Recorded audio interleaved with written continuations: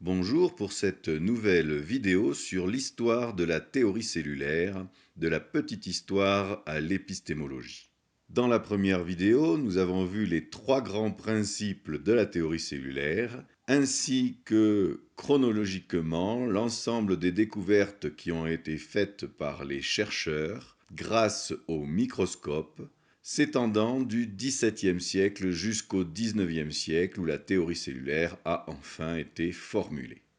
Cette vision chronologique de l'histoire nous laisse cependant de grandes questions pour comprendre comment certains chercheurs sont arrivés à formuler la théorie cellulaire alors que les chercheurs précédents, qui regardaient les mêmes objets avec les mêmes instruments, ne l'ont pas formulée. Durant près de 200 ans, il y a eu des observations très nombreuses de faits. Mais on peut remarquer que ceux qui ont formulé la théorie cellulaire ne s'appuient pas sur ces observations. Ces observations sont faites par des chercheurs qui ne comprennent pas ce qu'ils voient. Ils décrivent des structures, mais ne voient pas le principal élément de la théorie qui est l'unité du vivant. Ils pensent que dans chaque être vivant, ce qu'ils décrivent est différent. Donc ils ne peuvent pas penser à lui donner le même nom. Et le plus drôle, c'est de penser que Hooke est à l'origine du terme de cellule. Hooke a utilisé le mot cellule le premier, mais il l'a utilisé pour des choses qui n'étaient même pas des cellules. C'était des restes, des cavités dans lesquelles ne se trouvait absolument rien de vivant. Et pratiquement aucun auteur qui a observé les cellules durant ce XVIIe siècle ne considérait les cellules comme des éléments vivants. Ce n'est donc pas dans l'évolution des observations, dans l'évolution des descriptions microscopiques que l'on peut trouver les éléments qui expliquent la création de la théorie cellulaire. Il faut regarder au contraire l'évolution des idées, de la pensée. Et là, on remarque que cette théorie s'élabore de façon graduelle. D'autre part, on doit tenir compte qu'elle évolue en fonction d'autres idéologies ou de la philosophie du temps où elle se trouve. Durant la seconde moitié du XVIIIe siècle, on peut considérer que certains chercheurs sont des petits précurseurs de la théorie. Ils vont s'intéresser principalement à trouver l'élément principal, l'élément primordial qui constitue les êtres vivants. Ainsi, Haller élabore la théorie fibrillaire. La fibre est l'élément le plus petit des tissus animaux et végétaux, énonce-t-il. Friedrich Wolff, en 1753, qui est considéré comme le créateur de l'embryologie, propose déjà que cette cavité sphérique soit l'unité génétique et morphologique des êtres vivants. Après cette période viennent les grands précurseurs, ceux qui élaborent réellement un aspect théorique plus large et qui vont chercher non seulement un élément fondamental dans la structure des êtres vivants, mais aussi quelque chose d'unitaire qui rend unitaires les êtres vivants et donc que l'on retrouve chez tous les êtres vivants. Le plus célèbre est certainement le conte de Buffon, dont l'ouvrage principal s'appelle L'histoire naturelle, qu'il commence à écrire en 1749. Buffon émet des réflexions d'ordre philosophique sans le secours d'aucune observation microscopique. Pourtant, il élabore la théorie des molécules organiques et postule que les plantes et les animaux peuvent se multiplier et se reproduire par toutes leurs parties, car ils sont des corps organisés et semblables, dont les parties primitives et constituantes sont aussi organisées et semblables. On voit donc qu'il considère que le corps est formé de parties qui se répètent, d'une répétition de petites briques qui forment l'ensemble de l'organisme. Il est évident que si la théorie cellulaire avait émergé à l'époque où vivait Buffon, Buffon y aurait complètement adhéré car cela correspond tout à fait à la théorie des molécules organiques. On voit donc que durant 2 siècles, des centaines de chercheurs se sont succédés. Au début, ils ont observé des cellules sans comprendre ce qu'ils voyaient. Leur observation fut donc vaine parce qu'ils ne pensaient qu'à décrire des objets isolés. Ils furent suivis par des chercheurs qui ont commencé à avoir des idées qui guidaient leur observation, Donc c'est la théorie qui a précédé l'observation et qui a permis à l'observation de se développer dans deux sens. D'une part, dans l'idée de structure élémentaire des êtres vivants, et d'autre part dans l'idée de l'unité et de l'origine des êtres vivants. Mais aucune de ces observations ne fut suffisante et aucune de ces mini-théories ne fut suffisante pour arriver à la théorie cellulaire moderne. La théorie cellulaire n'arrive donc pas à clairement émerger avant la première moitié du XIXe siècle. Alors c'est donc là que se trouve certainement la principale explication de la construction de cette connaissance. Que s'est-il passé au début du XIXe siècle? Qu'est-ce qui a fait qu'à ce moment-là, la théorie cellulaire a pu se construire alors qu'elle n'a pas pu se construire avant? On peut d'abord remarquer qu'en France émergent les principales idées de la théorie cellulaire, mais que malgré tout, c'est en Allemagne qu'elle va être formulée clairement pour la première fois. En France, Brissot-Mirbel, par exemple, fait l'hypothèse qu'à l'intérieur de chaque cellule, une autre cellule peut se former. Dutrochet, en 1824-1837, nous dit la cellule est véritablement la pièce fondamentale de l'organisme. Tout dérive évidemment de la cellule dans les tissus organiques des végétaux. Turpin explique que la cellule est à la base de l'organisation et du développement des végétaux. Raspail, enfin, affirme en 1828-1838 que tout être organisé commence par une vésicule imperforée détachée d'un ensemble. Il considère donc qu'un être vivant en entier peut se former à partir d'une seule cellule. Donc, en France, les chercheurs ont tout ce qu'il leur faut pour formuler la théorie cellulaire, pourtant ils ne le font pas. Alors que, en Allemagne, Schleiden pour les végétaux montre l'importance de la cellule dans la structure des plantes et son universalité au sein du règne végétal. Par contre, au niveau théorique, il n'est ni vitaliste, ni préformationniste, c'est-à-dire qu'il ne croit pas à un principe vital qui animerait la matière vivante et qui la rendrait différente de la matière inerte. Il ne croit pas non plus que les êtres vivants sont déjà préformés et pour se développer n'ont plus qu'à grandir. Schwann, enfin, termine la théorie en rajoutant les animaux dans l'idée d'unité de tous les êtres vivants. J'ai trouvé à l'aide du microscope que ces formes si variées des parties élémentaires des tissus de l'animal ne sont que des cellules transformées, que l'uniformité de structure se retrouve donc aussi dans le règne animal, et que, par conséquent, l'origine cellulaire est commune à tout ce qui vit. Donc on voit que c'est en Allemagne que se formule la synthèse de tout ce que l'on sait des cellules. Cependant, Schwann lui-même, dans ce texte par exemple, montre qu'il considère que l'origine des êtres vivants se fait à partir d'une substance inerte. Il croit donc à la génération spontanée.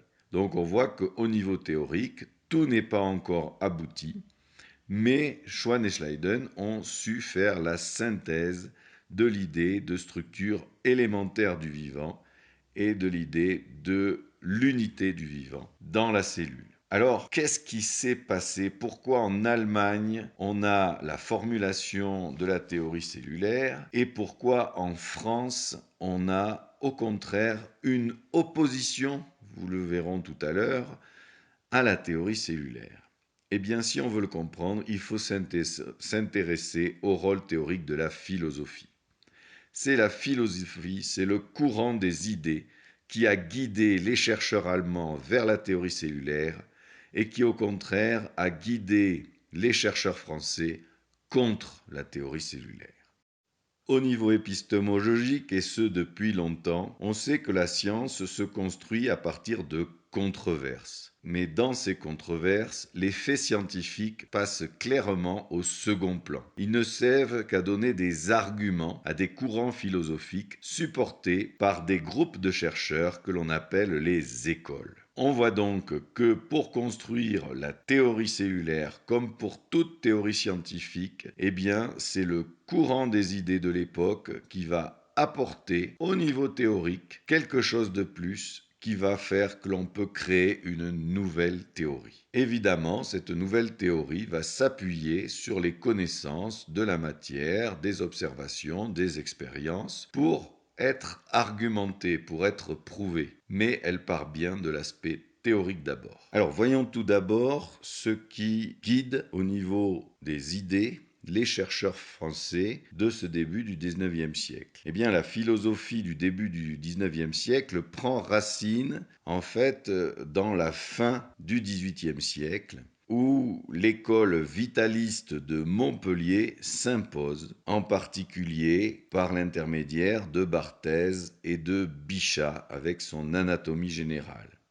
Selon cette école philosophique, la vie réside dans l'organisme entier et ne peut se résoudre en des phénomènes physico-chimiques. La vie est le fruit d'une force vitale générale. On ne doit pas donc la chercher dans des petits éléments et on voit bien que déjà cette première philosophie, le vitalisme, empêche les chercheurs de chercher la vie au bon endroit, c'est-à-dire dans la cellule. Durant le début du 19e siècle, les chercheurs sont influencés par la puissante philosophie positive d'Auguste Comte. Cette philosophie positive se base sur les auteurs vitalistes comme Bichat. Elle considère que l'unité fondamentale du règne organique exige nécessairement de tous les tissus élémentaires soient rationnellement ramenés à un seul tissu primitif dont les transformations spéciales donnent naissance à l'organisme. Le tissu est l'équivalent logique de l'idée de molécule. Il dénonce les esprits ambitieux qui ont tenté de pénétrer au-delà du terme naturel de l'analyse anatomique. Il qualifie le microscope, par exemple, d'un moyen d'exploration équivoque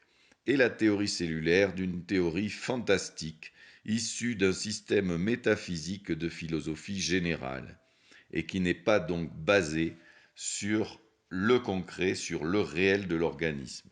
Donc, cette influence du vitalisme dans la philosophie positive d'Auguste Comte, et qui va avoir une importance considérable parmi les chercheurs français, va empêcher les Français d'imaginer qu'il existe la cellule, c'est-à-dire une unité plus petite que l'organisme, que l'on peut considérer comme quelque chose de vivant.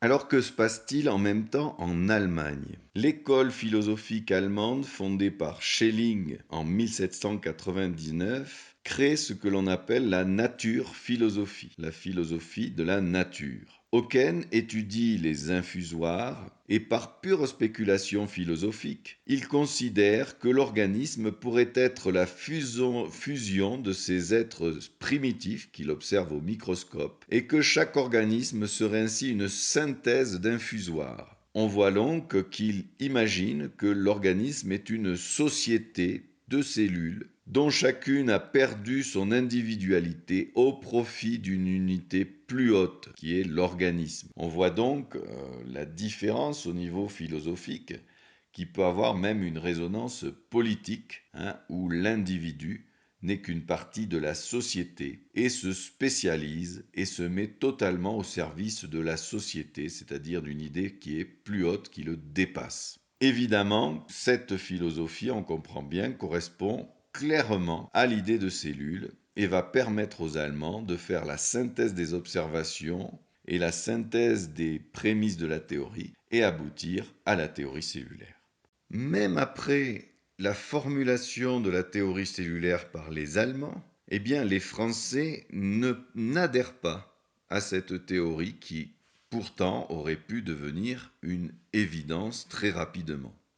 Ils n'y adhèrent pas parce que, eh bien, ils continuent d'adhérer aux idées de la philosophie positive d'Auguste Comte. L'un des principaux opposants à la théorie cellulaire en France s'appelle Robin.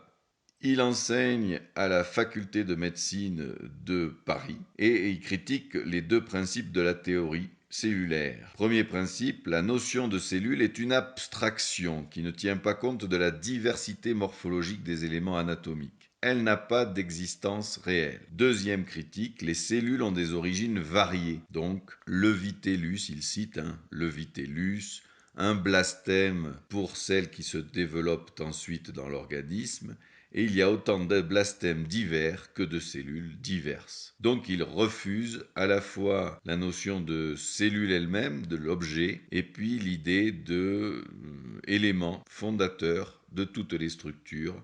Toutes les structures sont formées par des éléments différents. Donc voilà, lui, il a l'idée que, on doit étudier la chimie de l'organisme. Il va essayer de faire des cartes chimiques de l'organisme qui ne considèrent pas les structures comme étant importantes. Ce qui compte, c'est les produits chimiques qui le composent et pas les structures, que ce soit des organes, des cellules, bien sûr, des tissus, etc. Ça ne lui paraît pas être quelque chose d'intéressant. Il préfère étudier la chimie. C'est une conception chimique de la vie. Il veut faire des cartes chimiques des organismes et il pense que c'est là qu'il va découvrir le vivant, parce que le vivant, de par son origine vitaliste, réside dans l'organisme entier et pas dans certaines parties de l'organisme. Donc en conclusion, on peut comprendre maintenant que ce qui a permis aux Allemands de faire leur théorie et qui a empêché aux Français de faire la théorie cellulaire, c'est les deux grands courants philosophiques qui s'opposent dans ces deux pays. Un des courants permet d'arriver à l'idée de cellule, l'autre empêche d'émerger l'idée de cellule. Et ensuite, on voit que ce même courant empêche les Français d'accéder à la théorie cellulaire qui est pourtant déjà formulée parce que leur philosophie, leur façon de voir l'organisme est influencée par le courant philosophique et ne leur permet pas d'accéder ou d'accepter même dans ce cas-là la théorie cellulaire. Donc en conclusion, il est erroné de voir l'histoire des sciences comme une simple succession et accumulation de petites découvertes concrètes, de petites observations qui finiraient, à force de s'accumuler, par former une grande théorie. Ce n'est pas comme cela que ça marche. Si la science a pour objet d'étudier le réel, c'est bien sur la théorie qu'elle se fonde pour le décrire et l'expliquer. La théorie naît de l'interaction entre les observations du réel et les grands courants idéologiques de chaque époque qui guident la façon de raisonner de cette époque-là. En particulier, bien sûr, les courants philosophiques et religieux, en lien avec tous les champs de la culture et de la connaissance de la même époque. Ils suivent tous le même grand mouvement, et la philosophie, c'est souvent une synthèse de tous ces mouvements qui se mettent en marche dans toutes les disciplines de la connaissance en même temps. La science en fait partie, la science suit le même courant, la science va progresser de la même façon, et on voit qu'elle progresse à partir de la théorie et qu'elle se sert du réel pour ensuite appuyer la théorie par des faits d'observation ou d'expérience. Je vous remercie et nous avons ainsi fini le chapitre d'épistémologie de la théorie cellulaire.